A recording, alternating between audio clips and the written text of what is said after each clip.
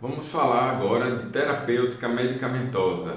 Neste vídeo, a gente vai falar de sedação mínima em odontologia. Para falar sobre esse tema, a gente deve começar já roteirizando. Bem, eu vou ilustrar para vocês as principais definições, passando por alguns métodos de sedação, mas o grande detalhe da aula, onde a gente vai investir mais tempo, vai ser nos benzodiazepínicos, que são os principais agentes ansiolíticos em odontologia. Vamos também falar do oxinitrose e oxigênio, que é uma mistura com relativa frequência e que vale a pena porque tem a chance de também cair tanto em provas e até para que vocês também conheçam e porventura, quem sabe, comecem a utilizar na rotina, na prática clínica de vocês. Em se falando de odontologia, não podemos deixar de esclarecer a tríade. A tríade básica que a gente tem na terapêutica medicamentosa, na farmacoterapia, ela leva em consideração o tratamento de afecções infecciosas, inflamatórias, como também de ansiedade. Em geral, a gente vai fazer uso dessas medicações concomitantemente. E isso é muito importante falar, porque leva a confusão, às vezes, no momento da prescrição.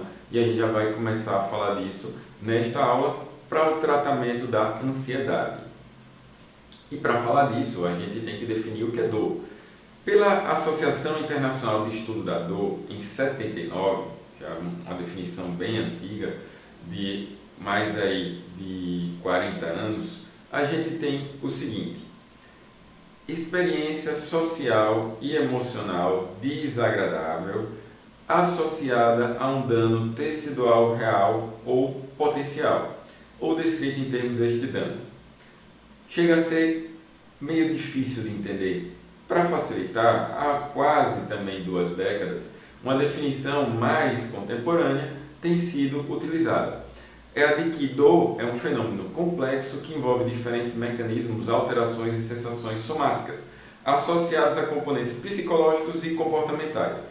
Em outras palavras, existe um envolvimento direto de componentes psicológicos, mas que estão na dependência da variabilidade de onde foi que a dor aconteceu e da intensidade, por conseguinte, do estímulo nociceptivo.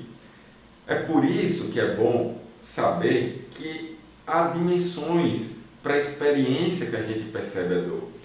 Uma delas é a mais comum, que é a nocicepção, a ativação de nociceptores. A percepção, o sofrimento e o comportamento provocado pela dor, eles têm envolvimento direto relacionado à nocicepção, como também à parte comportamental, à parte da psique humana.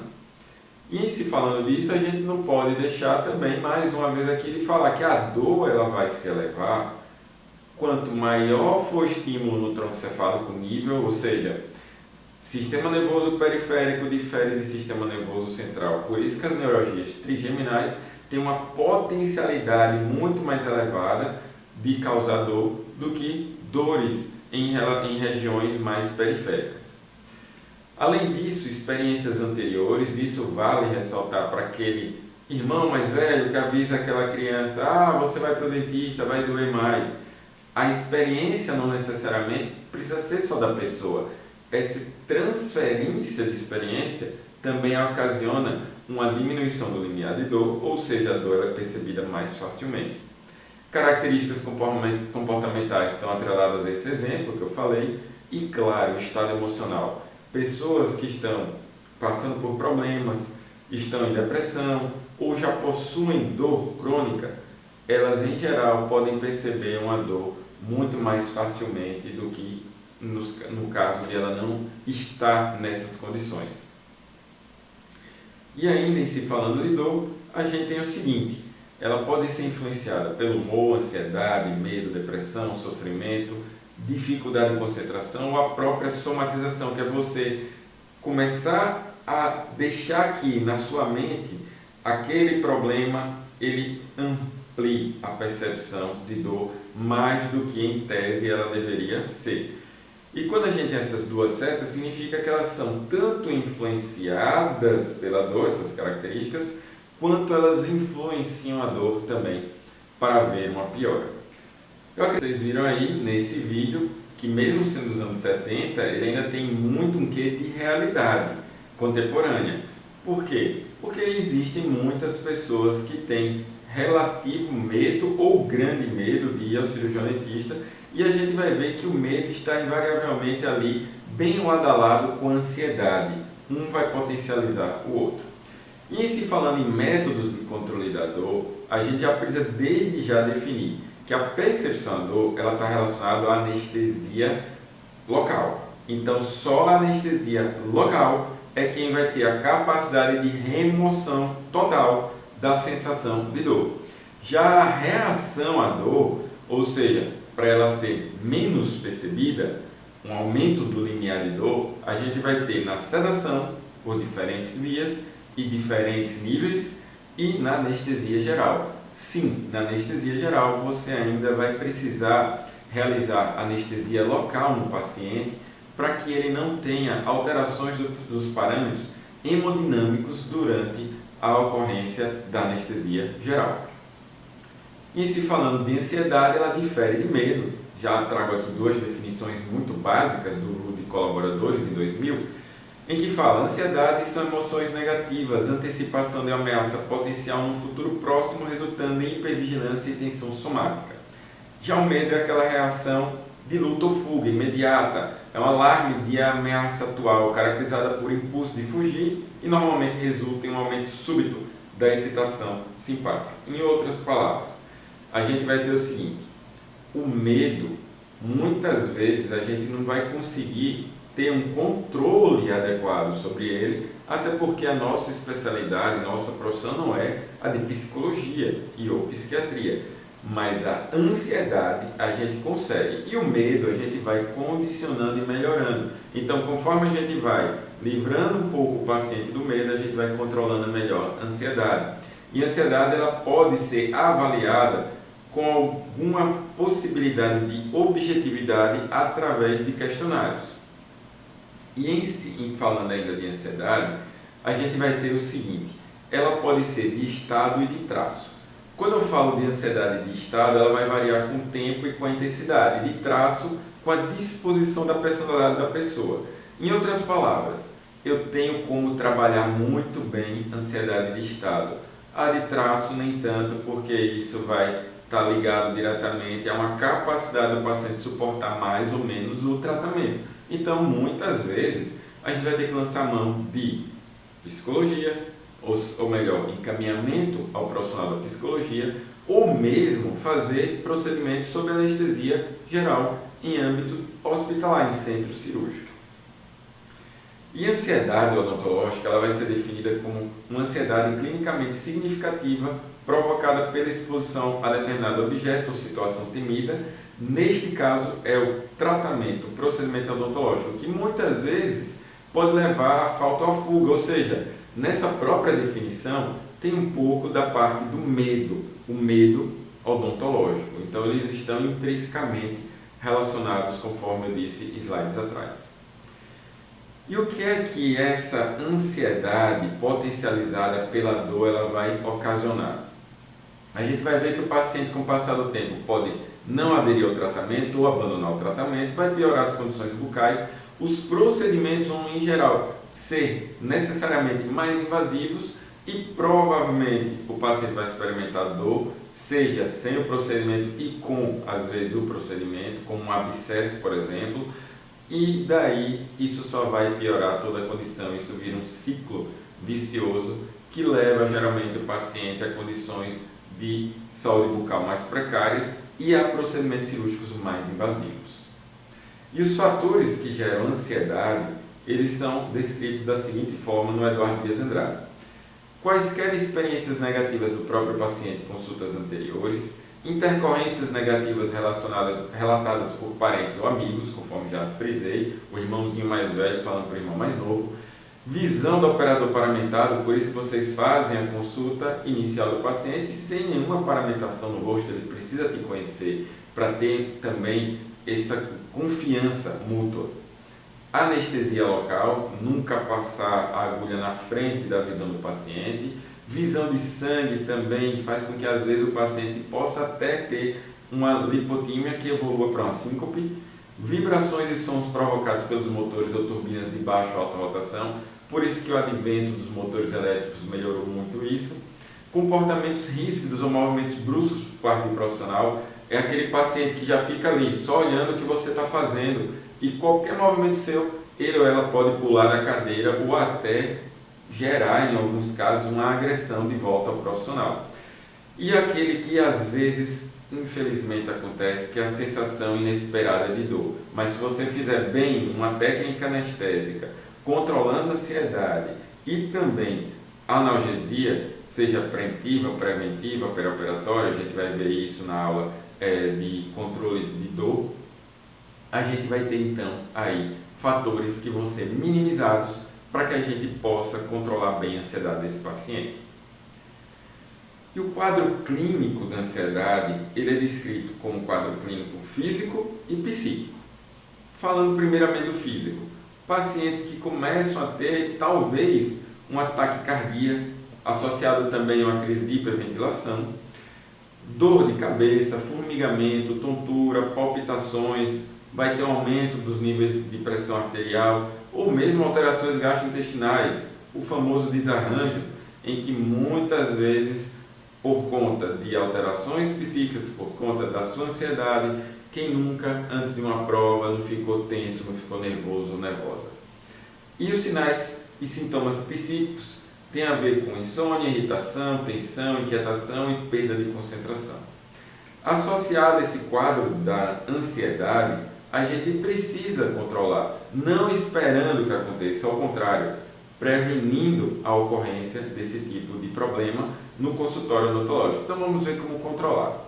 Aqui mais um vídeo que ilustra como pode acontecer. João, Devandal, me acompanhe. E aquela cara, como é que está? Terrível. Terrível, doutor. Tá doendo demais, mano. Ah, você tomou os remédios que eu receitei? Doutor, eu tomei, só que fez efeito só inicialmente. Espera aí que eu vou só passar o motorzinho aí do dente, bem em cima da cara. Tá ok, doutor. Quietinho. A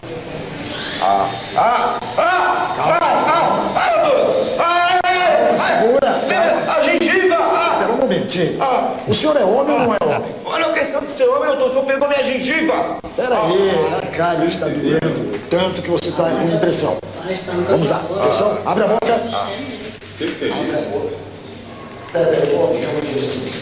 Vamos lá. Vamos lá. Abre a boca, mais um pouquinho, mais um. Contrário? Vocês viram que era um vídeo pegadinha, né, do Silvio Santos, contudo tem tudo a ver com o que da realidade que já foi dito. Profissional que estava paramentado com sangue no EPI, profissional todo paramentado que eles nem viam o rosto, barulhos foram escutados, brincadeira, mas com um fundo de verdade e que tem tudo a ver com o aumento aqui da taquicardia, a palpitação, por liberação aqui que a gente vai ter de corticotrofina, a gente vai ter uma liberação então lá no córtex da adrenal dos corticoides, dos glicorticoides, como também de catecolaminas. E com isso a liberação de adrenalina e noradrenalina vão agir nos receptores alfa, periférico e beta do coração, levando ao aumento dos níveis pressóricos e um aumento também do débito cardíaco. Tudo isso, além de tudo, pode causar também o seguinte: essa ansiedade e tensão por um tratamento doloroso ou amedrontador pode levar a complicações sistêmicas como o próprio desmaio do paciente devido a essa sensação abrupta, dessa tensão emocional. Como também, já falei previamente, o estado de hiperventilação. Na aula de emergências médicas, cada uma delas será explicada detalhadamente. E a hiperventilação, ela ainda pode levar a uma diminuição da quantidade de CO2, que é a hipocapnia, vai levar a um aumento do pH sanguíneo e uma alcalose respiratória. E isso pode ser uma das vias que vai levar o paciente, inclusive, à sua perda de consciência. E antes de causar, muitas vezes, a perda de consciência, vai levar a formigamento em várias áreas do corpo, extremidade, face, boca. Vai levar também o paciente à fadiga, a ficar letárgico antes mesmo de ele realmente desmaiar. Então vejam que não é um quadro só que a ansiedade pode gerar, são alguns quadros. E se o paciente tiver uma doença pré-existente, a gente vai ver na parte de emergências médicas em consultório odontológico, todas as situações praticamente têm citado o seguinte: prevenção para sua ocorrência, controle adequado da ansiedade. Então, por aí você já entendeu a importância desta aula e do que a gente pode fazer para evitar problemas para o nosso paciente e, por conseguinte, no nosso consultório. Outro detalhe, como já também frisei, é tentar deixar de forma mais objetiva a subjetividade existente dentro da ansiedade de cada pessoa. Bem, essa é a escala de Corá, de 1969, que fala o seguinte: se você tivesse que ir ao dentista amanhã, como se sentiria? Nota 1, tudo bem, não estou nem aí. Nota 5, ficaria muito apreensivo. 2, 3 e 4 seria o intermediário entre elas. Quando você se encontra na sala de espera, aguardando para ser atendido, como se sente? 1, relaxado. 5, tão ansiosa que com medo e começa a suar e se sentir mal. E já na cadeira, anestesiado, enquanto aguarda o dentista começar o procedimento, como você se sente? Vai se somar todas essas notas e daí a gente vai ter no somatório final se pela escala de Corá o paciente está com uma quantidade provável de ansiedade alta, moderada ou baixa. Se for para a literatura, pessoal, o que a gente encontra é o seguinte: os métodos de controle tradicionais em odontologia, em geral, permitem que a gente trate tranquilamente a ansiedade baixa. Alguns autores falam que moderada e alta já seria uma sedação moderada e também, às vezes, uma sedação mais avançada ou mesmo anestesia geral. Agora, é válido ressaltar que, com o advento do óxido nitroso associado com dosagens menores de benzodiazepínicos, a gente consegue, hoje em dia, controlar bem mesmo ansiedades moderadas. E lembrando que, por mais objetivo que seja um número, existe a subjetividade do paciente na sua resposta. Então, pelo que a gente viu até agora, a dor ela aumenta a ansiedade e a ansiedade aumenta a dor. Então, são características diretamente proporcionais. Por isso que vários desses filmes tornam a mente do paciente mais suscetível e a gente não pode deixar de lado, porque isso sim tem tudo a ver ainda com a nossa realidade. Segundo a Associação Americana de Odontopediatria, desde 85, ela aponta essas 4 principais características para a gente procurar controlar adequadamente a ansiedade do nosso paciente. Proporcionar um bem-estar, controlar os movimentos do paciente, porque às vezes o paciente faz um movimento abrupto que pode levar até lesionamento dele próprio. Permitir que o paciente volte ao estado de alerta logo ao término da consulta. Tamanha é a reversibilidade dos nossos fármacos que são utilizados. E produzir uma atitude psicológica positiva para tratamentos futuros. Isso tem tudo a ver com adesão ao tratamento. Muitos pacientes têm medo de remover o primeiro siso, um lado. Depois se remove, vai bem tranquila para fazer o outro lado. Isso é muito importante. E o controle da ansiedade, então, vai passar por métodos farmacológicos e não farmacológicos. Vamos falar primeiro dos não farmacológicos, porque o objetivo principal da aula é falar dos farmacológicos. Como os não farmacológicos, também definidos como métodos físicos e psíquicos ou psicológicos, a gente tem verbalização ou papoterapia, que é conversar com o nosso cliente, técnicas de relaxamento muscular, por exemplo, lá na cadeira hoje a gente pode colocar no estofamento, no encosto, ou algumas já vêm, aquelas vibrações que vão levar a um relaxamento da musculatura do paciente. Condicionamento psicológico, seja o próprio profissional, ou seja, encaminhando para um profissional que trate mesmo essa parte psicológica. Distração com música, uso bastante, funciona muito bem, especialmente quando associada com as medicações ansiolíticas. E distração com imagem, a depender da especialidade, porque a gente sabe que a nossa da cirurgia tem uma certa dificuldade, porque a gente tem o campo fenestrado cobrindo ali o paciente em geral. Tamanho é a realidade dessas situações que a gente vê aqui só como citação. Um artigo de 2008, relativamente já antigo, mas que foi uma revisão sistemática com meta-análise do efeito da musicoterapia no tempo de tratamento e sedação durante colonoscopia, e viram aqui que diminuiu a quantidade de medicação sedativa administrada e a duração do procedimento. Então, é muito importante, é muito ímpar mesmo os métodos não farmacológicos, porque alguns profissionais às vezes são preconceituosos com esses métodos. Não é aqui o objetivo da aula falar, por exemplo, de hipnotização, mas é mais um método não farmacológico que alguns fazem uso. Como métodos farmacológicos, eles vão tratar com muito mais eficácia para um maior montante de pacientes a própria ansiedade, o nervosismo associado, a irritabilidade, vão elevar o limiar de dor, ou seja, vai ficar difícil o paciente perceber dor, vão acalmar o paciente e diminuir sua agitação. E esses métodos são muito bem comprovados na nossa clínica do dia a dia. Os tipos diferentes de sedação que a gente vai ter, possivelmente utilizados em odontologia, mas não praticados pelo cirurgião dentista. É bom entender essa diferença. O que o cirurgião dentista, por lei, é permitido fazer é a sedação mínima ou consciente. É a sedação que vai ser por via inalatória ou por via oral. E ela é chamada de mínima porque é do primeiro estágio. E depois disso a gente vai ter a sedação moderada por diferentes vias. Em geral, a gente vai ter ela por intravenosa, mas também por intramuscular. E também a profunda. Recentemente saiu uma nova resolução no período logo prévio à quarentena, à pandemia do coronavírus, de 14 de fevereiro de 2020, que só ressalta com mais detalhes o que o CFM, o Conselho Federal de Medicina, já tinha deixado claro.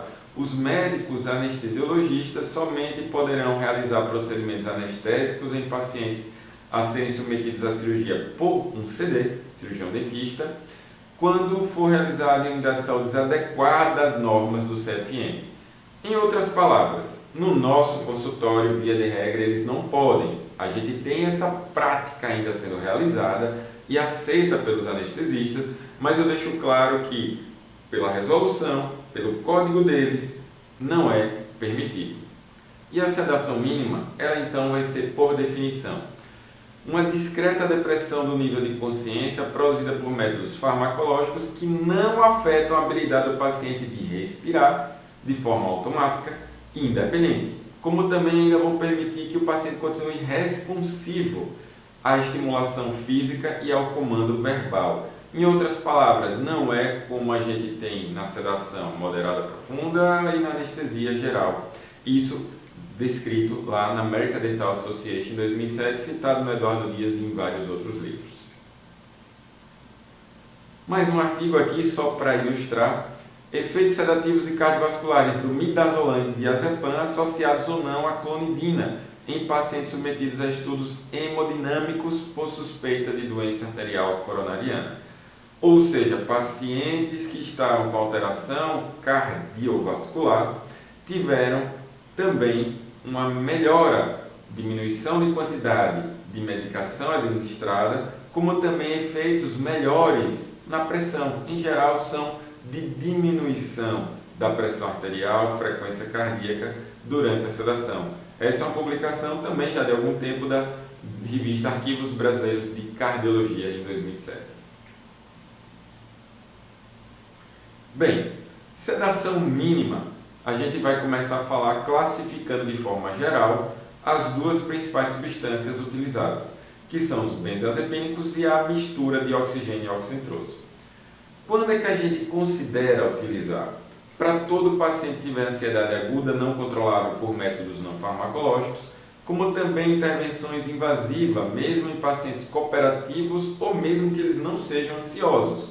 Por quê? Porque se for invasivo, existe uma probabilidade mais elevada de o procedimento poder acarretar dor. Então, se a gente ceda ao paciente, a gente eleva o limiar de dor, dificulta que sinta-se a dor. Pacientes portadores de doença do sistema cardiovascular, asma brônquica e com histórico de convulsões, porque vai diminuir a frequência desses problemas. Então, a sedação ela é muito útil para essas três condições. E também após trauma, situações de pronto atendimento. Só que isso aqui pode colocar uma observação, nem sempre. Então, lembrados que no atendimento ao politraumatizado, ao paciente que tem um trauma crânioencefálico, mesmo que leve, ele tem que ficar sob observação para que a gente não tenha o risco de que ele adormeça e possa ir a óbito. E se você cede um paciente que teve um traumatismo crânioencefálico, você pode induzir essa ocorrência, porque você não sabe na verdade. Então, na suspeita, perguntando se vomitou, perguntando se perdeu consciência, ou mesmo na suspeita ainda ampliada, você evita utilizar. E quando, professor, aqui seria esse caso? Em fraturas, por exemplo, traumatismos dentalveolares, que são bem comuns no consultório do dia a dia, e a gente precisa ficar com o pé atrás na hora de sedar o paciente para não colocar ele em risco. E como é que funciona então os benzodiazepínicos? Bem, o mecanismo de ação basicamente é pela facilitação da ação do ácido gama-aminobutírico, o GABA, que é um inibidor primário do sistema nervoso central. Ele vai fazer a abertura de canais de cloro e por isso diminuir a excitabilidade de membrana. Lembrando lá que para que ocorra a despolarização da membrana, para que ocorra a passagem do potencial de ação, ela deve sair do seu estado eletroquímico negativo para positivo. E os canais de cloro é quem ficam ali abertos, facilitando com que a eletronegatividade de membrana seja mantida. E quando há despolarização, a gente tem alterações dos canais de sódio e potássio. Nesse caso, ao abrir canais de cloro, dificulta com que haja essa passagem do potencial de ação, do impulso nervoso. E como é, então, inibidor primário, isso vai fazer com que o paciente tenha, então, uma inibição da excitabilidade. Então, ele vai entrar no estado de mais depressão do seu sistema nervoso central. E a segurança dos benzodiazepínicos é porque eles possuem baixa toxicidade. Agora, eles também possuem vários efeitos adversos. Só que a gente vai ver que alguns desses efeitos são desejáveis para o nosso tratamento odontológico, inclusive. Redução do fluxo salivar, que vai ter a vantagem para que a gente possa realizar nossos procedimentos, principalmente aqueles procedimentos restauradores, mas em geral vai ser usado para condições mais invasivas.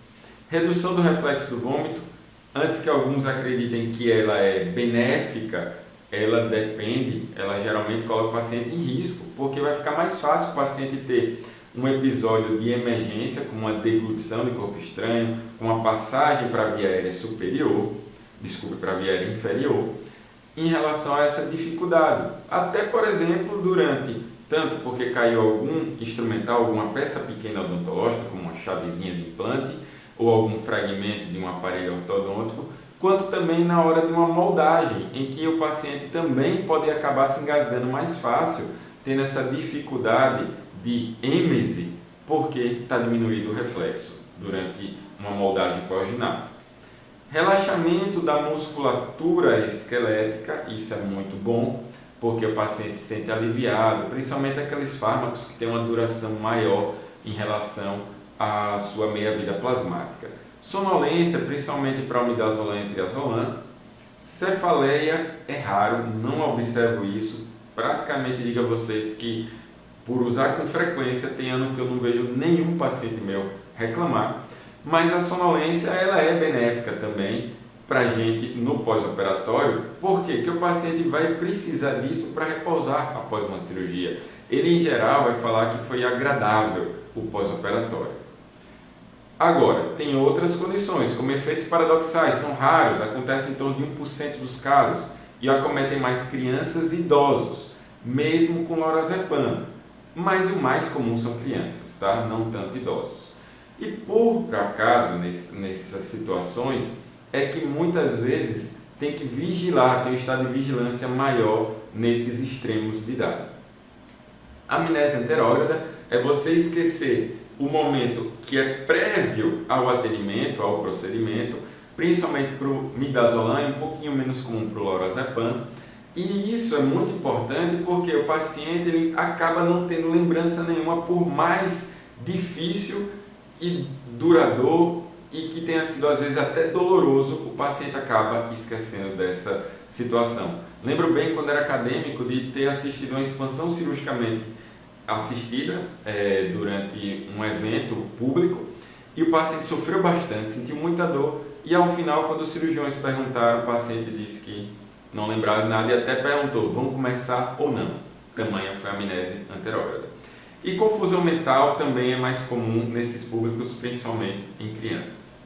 Outros efeitos adversos ainda podem ter alteração da libido. Tomar cuidado, porque há relatos na literatura de o paciente depois acusar o profissional de assédio sexual, mas quando era o paciente que, pela alteração da libido, ficou mais, digamos que, exposto ou exposta, ficou mais convidativo a realizar outras situações que não o tratamento odontológico. Então, tomar muito cuidado com isso, é bom ter sempre outra pessoa no momento em que esses pacientes estão sedados. Falta de coordenação motora, por isso que depois não se pode deixar o paciente, até pela sonolência também, dirigir, pilotar e também não mexer com máquinas perigosas e procedimentos detalhados. E se for utilizado com muita frequência, que não é o caso do uso aqui odontológico, pode causar dependência química. Agora, segundo Barreto e Pereira, é um outro livro de terapêutica bem interessante, ele fala que os efeitos desejáveis são o seguinte, e que cai às vezes em provas de residência: diminuição do metabolismo basal versus anestésico local, ou seja, a gente vai ter uma diminuição do consumo do anestésico, ele vai ficar mais lentamente quebrado a sua metabolização. Reduz o fluxo salivar, reflexo de vômito. Como eu disse, o de vômito é perigoso achar que sempre ele é benéfico. Para uma moldagem, sim. Para o restante das situações, não. Relaxa a musculatura esquelética, a gente já falou, é muito bom. Agora, esses autores citam que não altera a PA. Em geral, sim altera a PA. É por isso que eu deixei isso claro aqui. Vocês vão encontrar autores que dizem que não, autores que sim. Motivo de a gente considerar que sim altera a PA. Pelo fato de que, se você já deixa o paciente mais tranquilo, o estado basal diminui e, por conseguinte, a gente vai diminuir também os níveis pressóricos. Vai também ter uma manutenção, via de regra, da glicemia em pacientes diabéticos. Significa dizer que vai ajudar no controle, pelo menos momentâneo, entendam, não é uma medicação hipoglicemiante, mas ajuda durante a sua meia-vida plasmática, sua atuação, ajuda a controlar um pouquinho melhor também os níveis glicêmicos. E a amnésia anterógrada, ela também é interessante pelos motivos que a gente já detalhou. Yeah, I know. How did it go? I didn't feel anything. Yeah.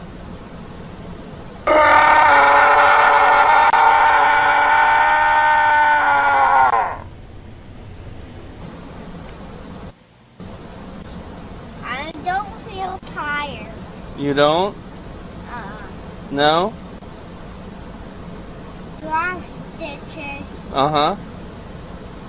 Do I have stitches Yes. on my teeth? Yeah. Don't touch it. Don't. Why can't I touch it? Because it'll mess up the stitches. You have 4 eyes. Yeah. I feel funny. Why is this happening to me? It's okay, bud. It's just from the medicine. Okay? Is this going to be forever? No. No, it won't be forever. Oh.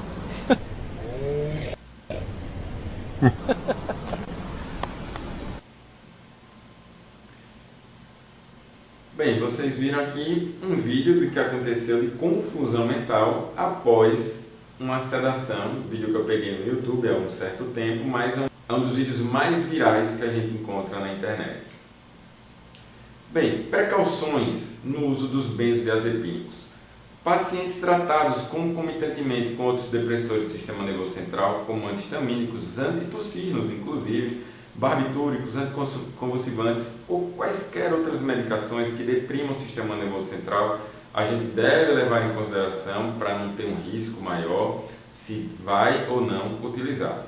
Pacientes com insuficiência respiratória leve doença hepático-renal devido à metabolização e excreção da droga, insuficiência cardíaca congestiva, justamente porque é uma diminuição dos níveis pressóricos nesse paciente, e esse paciente com ICC já tem isso.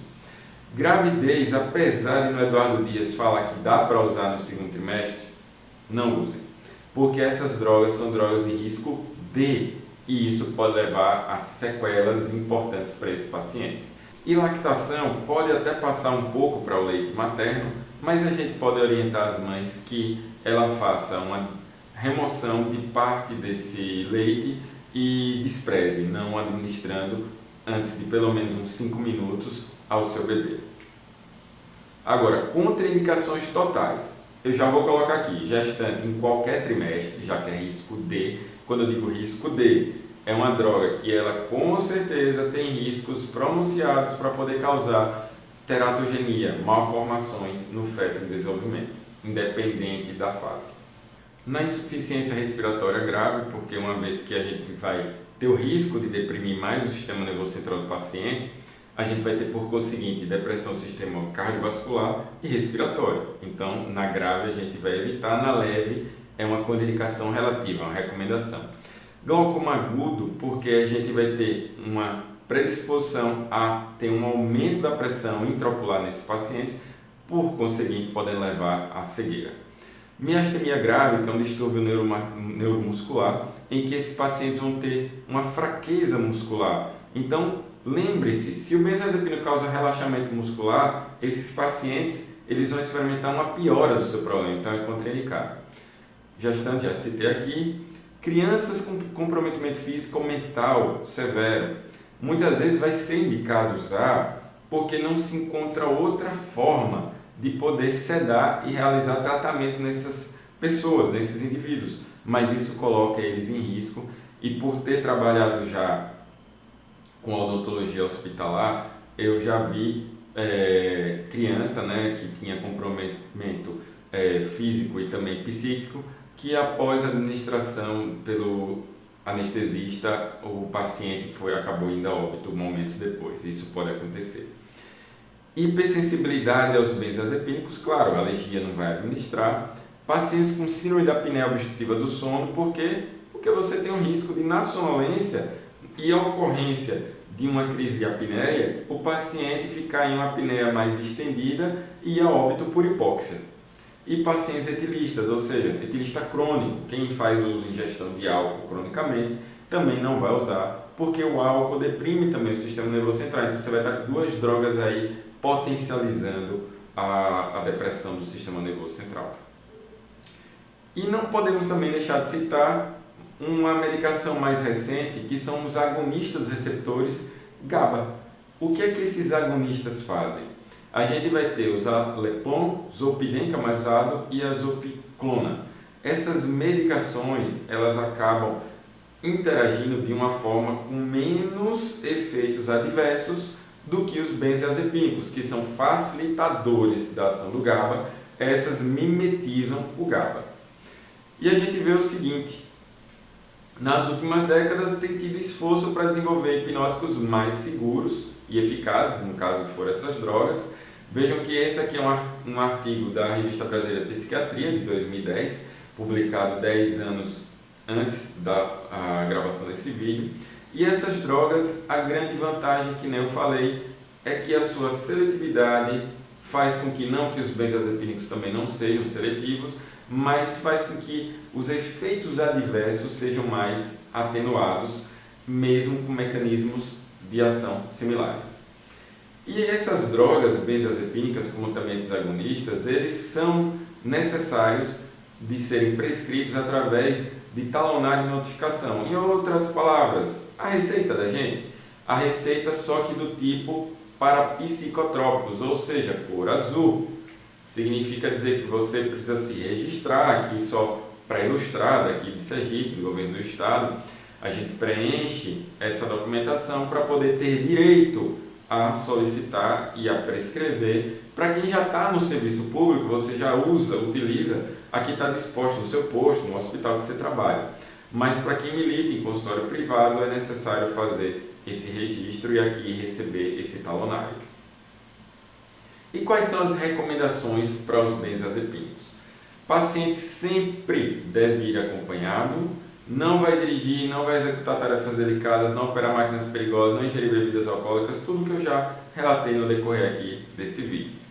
A posologia tem que memorizar, porque isso também pode ser cobrado e não colocado numa questão.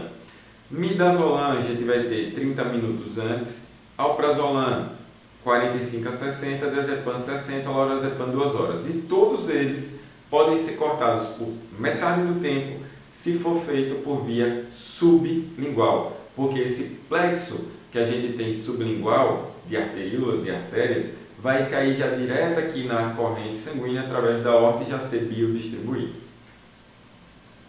Ainda continuando como recomendações, se o paciente for muito ansioso, ansiosa, é recomendável começar na noite anterior e antes do procedimento, no período da manhã. Crianças, a recomendação é, idealmente, midazolam. Idosos, devido a terem metabolização e excreção lentas, justamente porque os órgãos já têm um desgaste de uma vida toda pela frente que foi vivida, além de outras doenças que podem acometer esses pacientes. O ideal mesmo é que existisse uma droga com rápido início de ação e curtação e duração curta para eles, que seria o midazolam. Só que qual o problema? É tóxica demais para eles. Então, e também assim, não tem poucos efeitos paradoxais. A gente viu que ela tem até às vezes pronunciado para crianças. Então, o jeito é usar a lorazepam, que acaba tendo menos incidência de efeitos paradoxais, mas tem a duração do tempo para agir de 2 horas, que é realmente a maior desvantagem do uso dessa droga. Mas também já vou dizer um detalhe. Uma vantagem quando a gente vai estudar sobre o tema jovens versus idosos, adultos, em relação à ansiedade, é que em geral o idoso ele é menos ansioso do que os pacientes jovens. E isso faz com que nem sempre a gente precise fazer relativamente drogas benzodiazepínicas nesses pacientes. E quando necessário for, a gente tem as drogas de eleição, que é o lorazepam. Então essa tabela, para facilitar o entendimento: droga, diazepam, nome comercial Valium, mais usado, né? Lorazepam Lorax, alprazolam frontal e midazolam dormonide. E a gente vai ter a dosagem variável aqui de adulto, de 5 a 10 diazepam, lorazepam 1 a 2, alprazolam 0,5 a 0,75, midazolam 7,5 a 15. A do idoso, em geral, é a menor dose do adulto, às vezes até um pouco menos, como alprazolam. E a da criança ainda é menor ainda. Veja que só é liberado usar diazepam e midazolam, preferindo o midazolam por uma ação mais rápida, mais fugaz.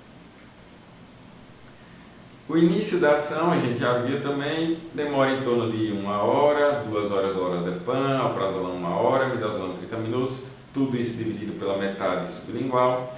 A meia-vida plasmática de que a droga leva para ficar com metade da sua concentração do midazolam é a menor de todas, e por isso o seu efeito é menor. Então vejam que aqui o diazepam, com a duração de efeito de até um dia, os pacientes adoram esse tipo de resultado, porque se sentem sonolentos após uma cirurgia, facilitando assim um conforto no pós-operatório. Já o midazolam tem uma segurança de ser rápido, mas tem uma desvantagem da duração do efeito. Isso também leva a outro problema. Para você se atrasar o procedimento e o paciente tiver já utilizado a droga na recepção, muito provavelmente você não vai ter mais o pico de ação do midazolam.